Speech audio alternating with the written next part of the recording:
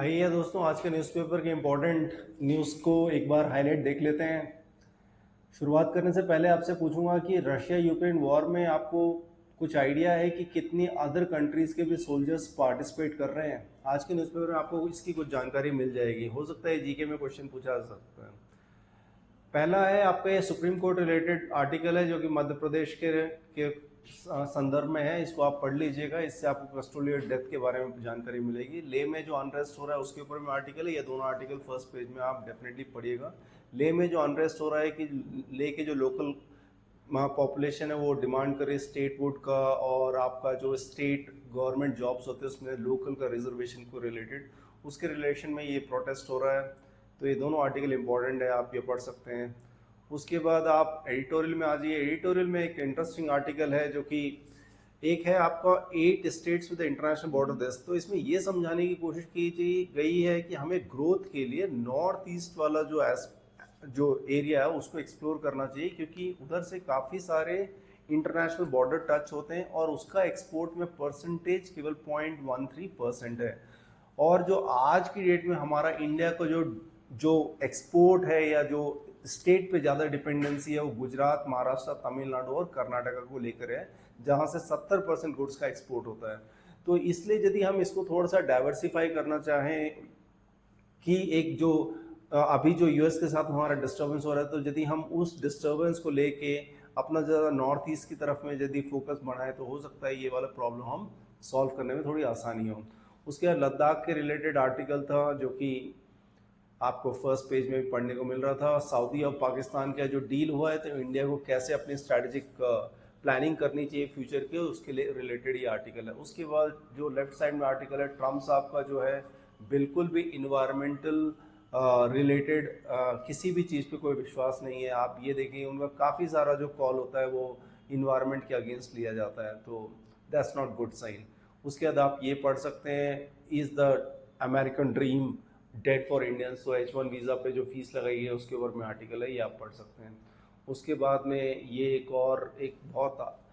बहुत ही रुद्र रूप है इन्वायरमेंट का, जहाँ पे हम इन्वायरमेंट की रेस्पेक्ट नहीं कर रहे थे। आप देखिए इन्वायरमेंट भी अब हमें दिखा रहा है।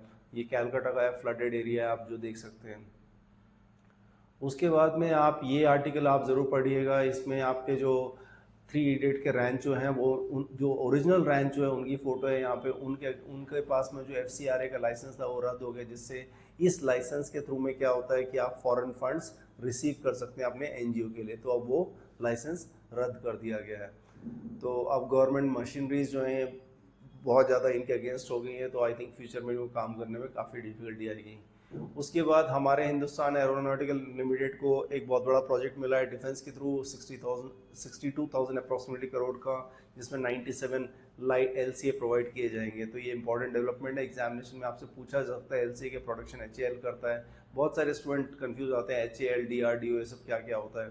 तो आप HAL याद रखिए कि ये जो कॉम्बैट एयरक्राफ्ट है उसकी प्रोडक्शन देखता है। उसके बाद आपके पास में ये भी है, हमने अपना डिफेंस का जो जो डिफेंस का एक मार्केट है मोरक्को की तरफ भी खोला है। तो देखते हैं, let us see how much in the future we are able to explore that.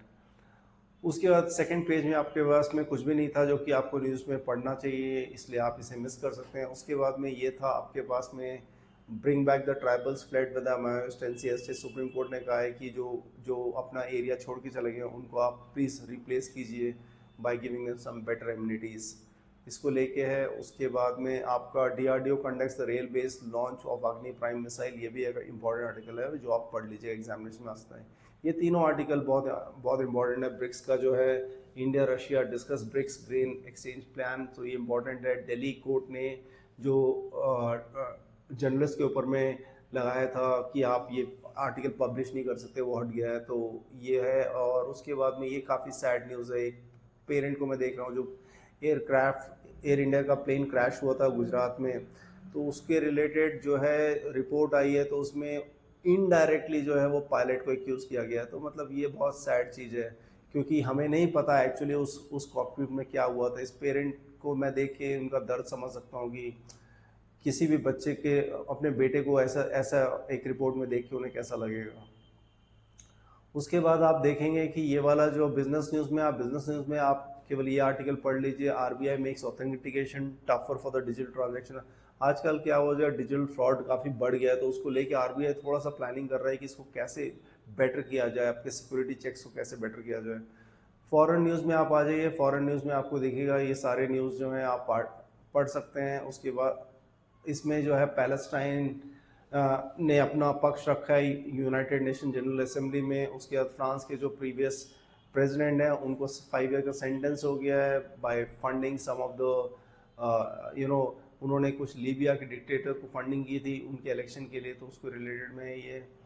और उसके बाद में मैंने आपसे स्टार्टिंग में पूछा था रशिया के वॉर में कौन कौन अदर कंट्रीज पार्टिसिपेट कर रहे। देखिए डॉक्यूमेंट के हिसाब से आप जाएंगे तो प्रीवियस रिपोर्ट्स कहता है कि रशिया में इंडिया के सोल्जर्स, नॉर्थ कोरिया के सोल्जर्स, चाइना के सोल्जर्स, अभी डेटा आ रहा है श्रीलंका और नेपाल का भी, और आई थिंक आगे चल के और भी कुछ कंट्रीज़ का नाम आ सकता है। मेरा नाम प्रणब मेहता है, मैं क्लैट ट्यूटर में एकेडमिक हेड हूँ। आप मुझे फीडबैक दे सकते हैं मैं आपकी लर्निंग को कैसे इंप्रूव कर सकता हूँ। Thank you so much, God bless you.